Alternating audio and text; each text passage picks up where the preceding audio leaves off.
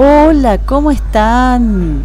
Acá estamos de nuevo juntos después que descubrieron qué animales había en mi casa. Algunos me lo contaron y otros jugaron en casa.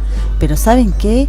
También he visto que en la casa de ustedes hay unos animalitos y yo los voy a descubrir.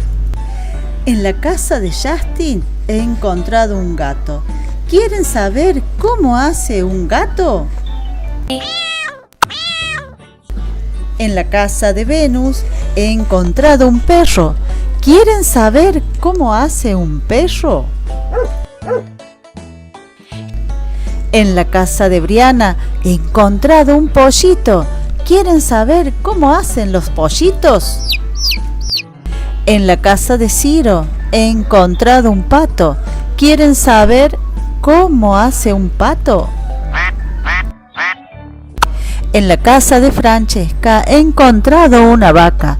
¿Quieren saber cómo hace la vaca? En la casa de Mora he encontrado un chanchito. ¿Quieren saber cómo hace el chanchito? En la casa de Bautista he encontrado un elefante. ¿Quieren saber cómo hace un elefante? Y ahora que sabemos cómo hacen todos los animales, estamos listos para cantar.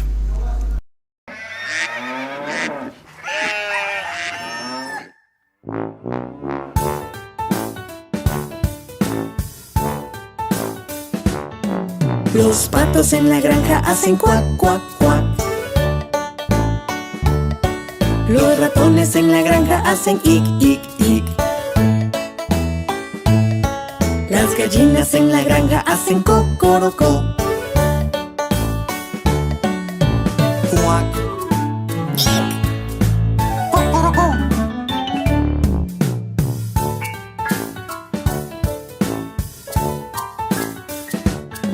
Los cerdos en la granja hacen oink, oink, oink. Las cabras en la granja hacen me, me, me. Las ovejas en la granja hacen be, be, be. Oink, me, be.